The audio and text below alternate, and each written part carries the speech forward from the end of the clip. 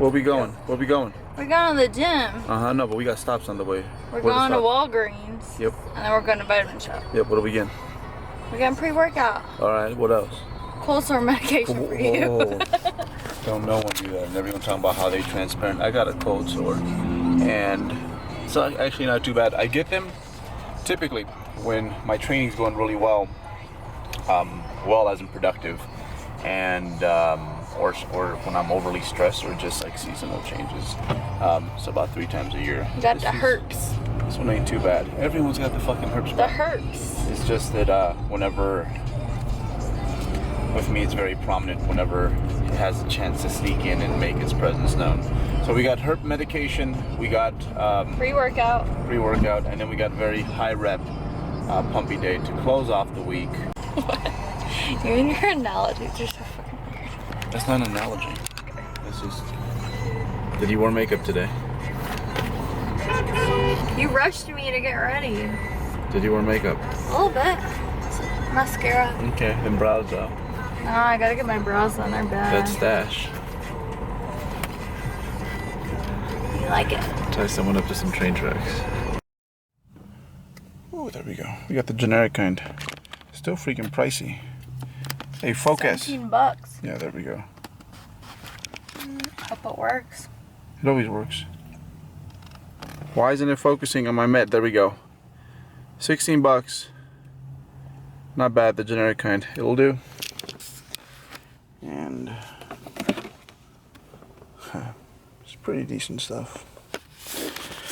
Adelante. Next Monday.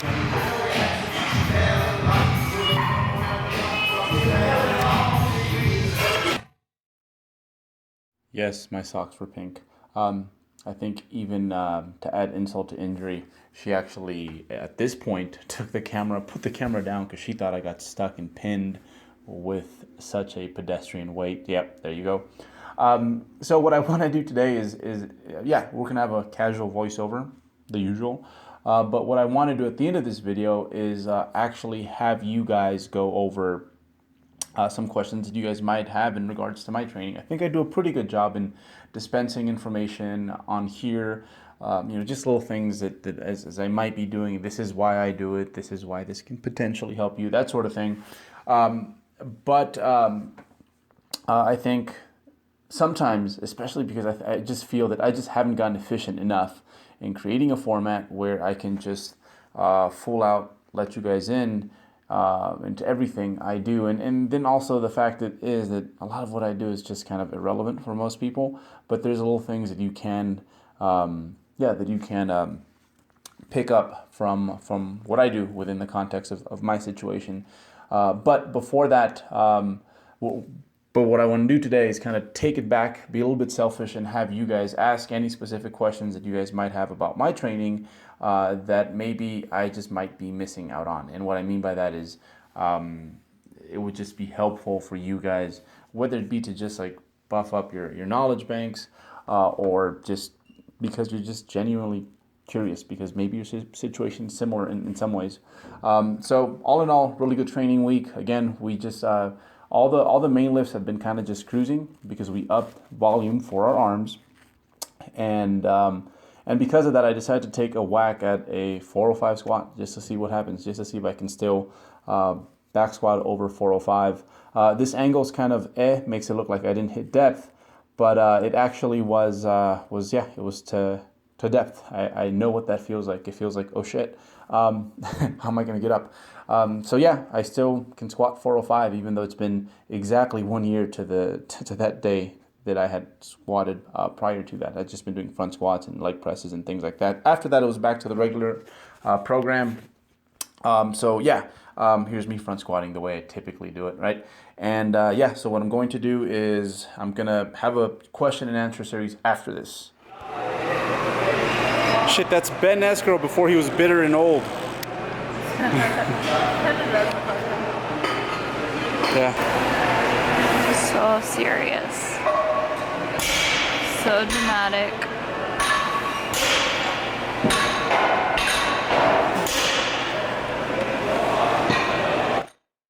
question and answer series, not series, but we're gonna have a small Snapchat Q&A that is structured around, hey Bert, what is up with your training? And again, I am this is something that I made clear today for those of you who did tune into the other social media platforms, was the fact that I do appreciate you guys just having general interest in my training and what I'm doing. And sometimes it does feel like a whole lot of pressure, but the reality is that all of you guys out there genuinely, I wouldn't say all of you guys, but the majority of you guys, nearly all of you guys, to be honest, are invested in my success and are cheering for me. So I appreciate that. And what we're going to do is take a closer look at my situation, and hopefully along the way we can, you guys can pick up little things that can help you guys with your own training. All right. Yeah, that is it. Let's roll with the Q&A. Very good chance that I think a lot of these messages, these snaps, if you will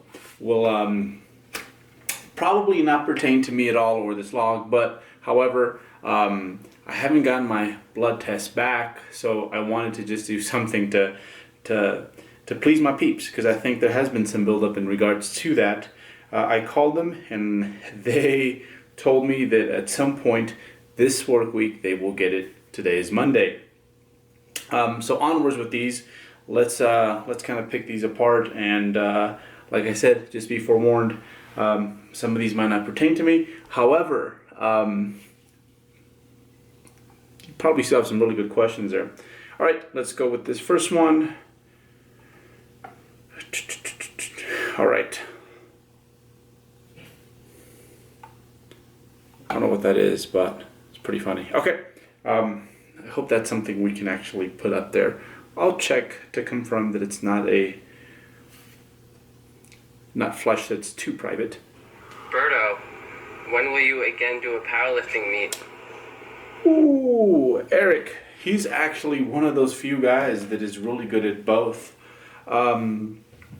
So in regards to doing a powerlifting meet again, I think this whole season I want to get it out the way and just empty out the tank when it comes to bodybuilding. My last season I did both at the same time, and I feel like that was pretty distracting.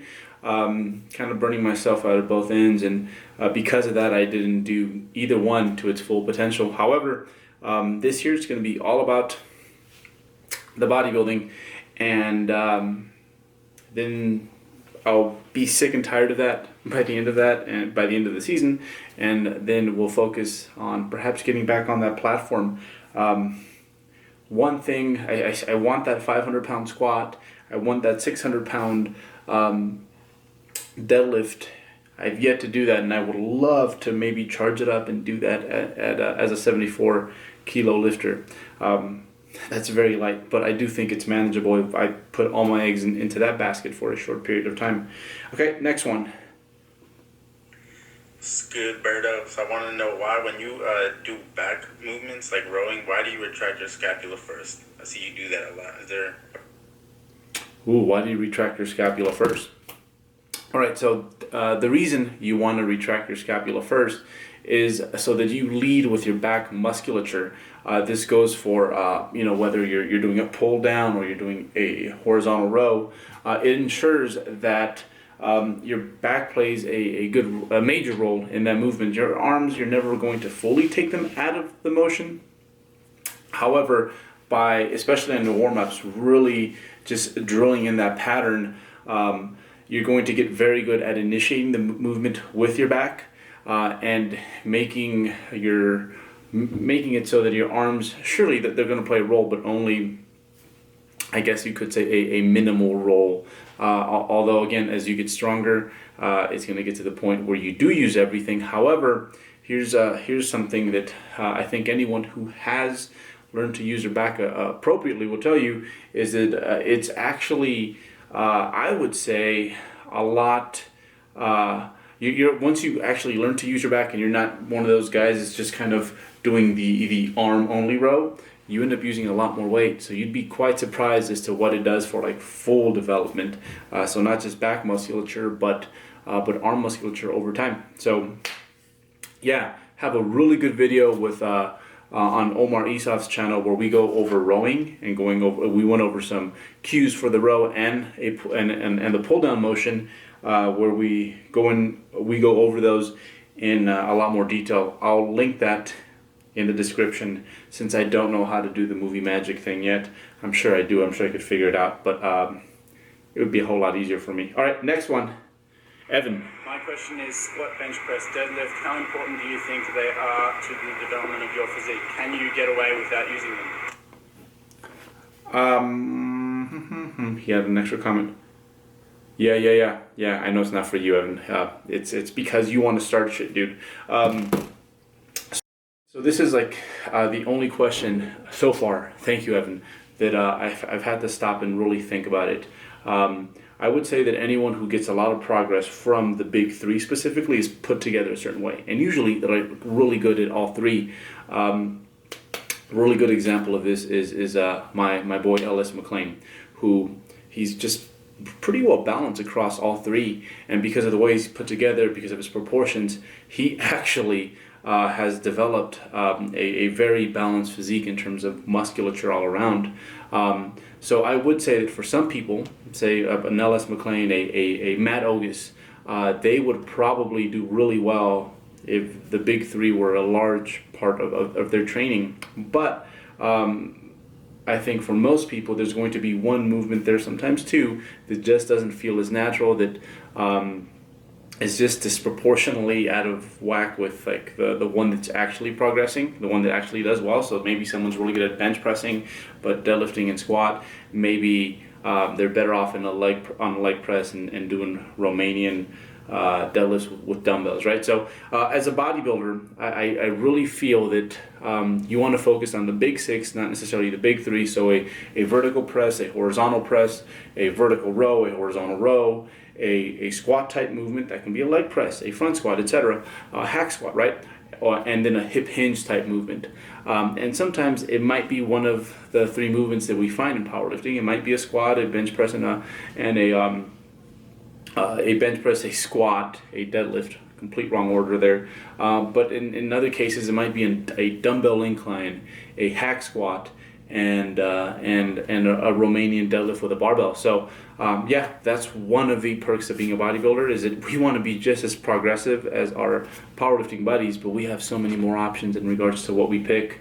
And trust me, I have done that before, where I have been a slave to a movement that for some reason, usually because of some folklore, some tradition, right? I kept it around perhaps a bit longer than I needed to, and it definitely made my progress physique-wise not as efficient as it could have been.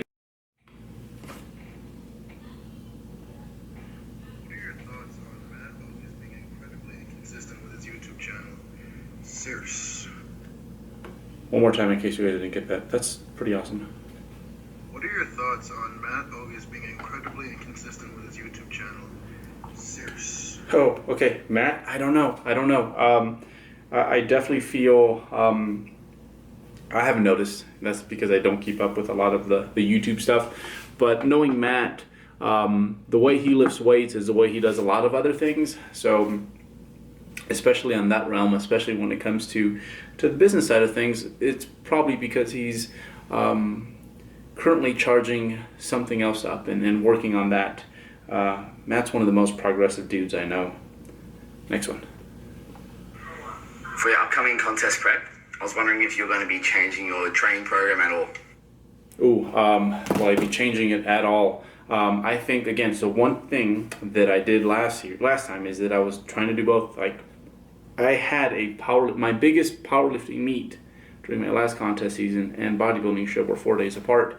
So there were many times where I was like, man, like, I wish I could just equate volume and, bring down the load, equate volume, and just get the work in that way. And then there were other times, or sometimes like I'm just like, can I just hop on a leg press and get my work in that way? Which happens more and more like frequently the leaner you get, but that wasn't an option. So I would say that if anything, I'm going to try to keep my training super progressive, super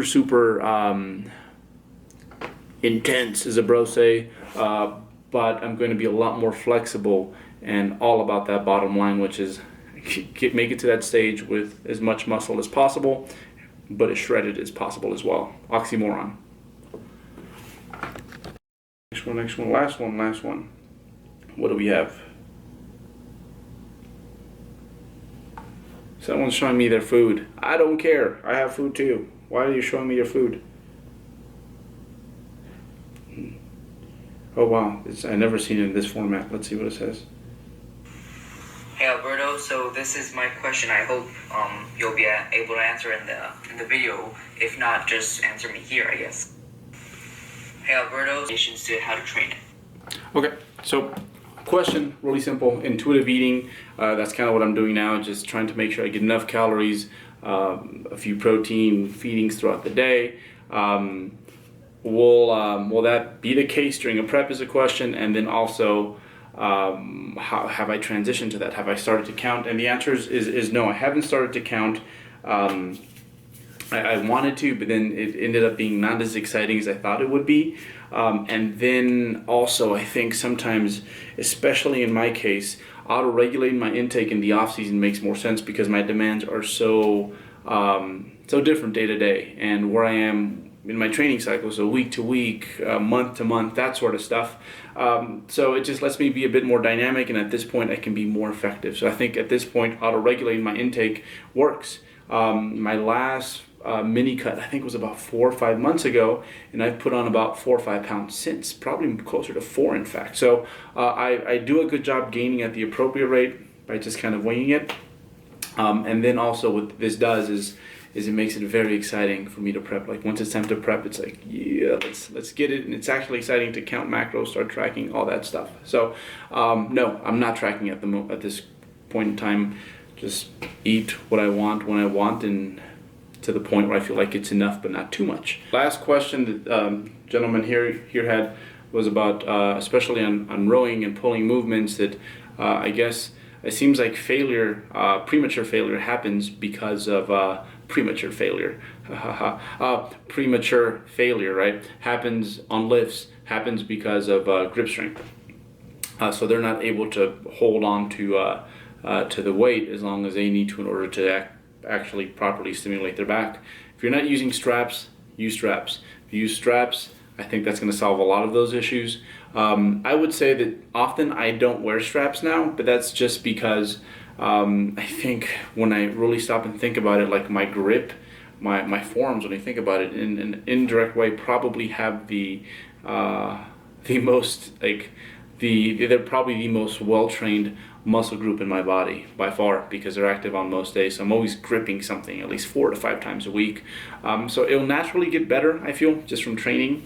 I would say that at this point, and for I think anyone who is really interested in improving their physique, use straps. And even a lot of powerlifters, especially for their rep work, on deadlifts even, will use straps to help them get the appropriate amount of work that they need for that lift. So if a powerlifter is using it, and again, they can't use it in a competition, perhaps it's a good idea for a bodybuilder who at no point is going to ever, get they're never going to bring, what do they call those that I swear they're called captain of cocks or something like that. Yeah, captain of crush. I will leave that there for those of you guys that stay there, but it's called the cock trainer. That's why I said that. So it says COC trainer, but they were big back in the day for like grip strength. But again, as a bodybuilder, they'll never settle a tie with that, nor is your grip really going to play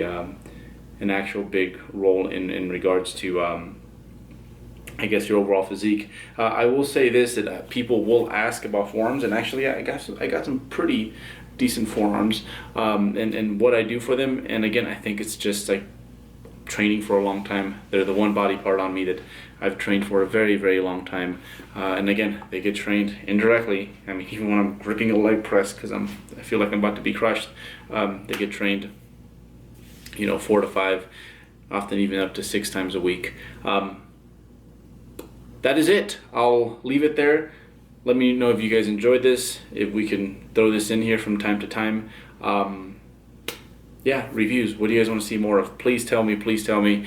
Otherwise, it's just me lifting and eating and slowly getting fatter, only to get rid of it later. 'Tis all.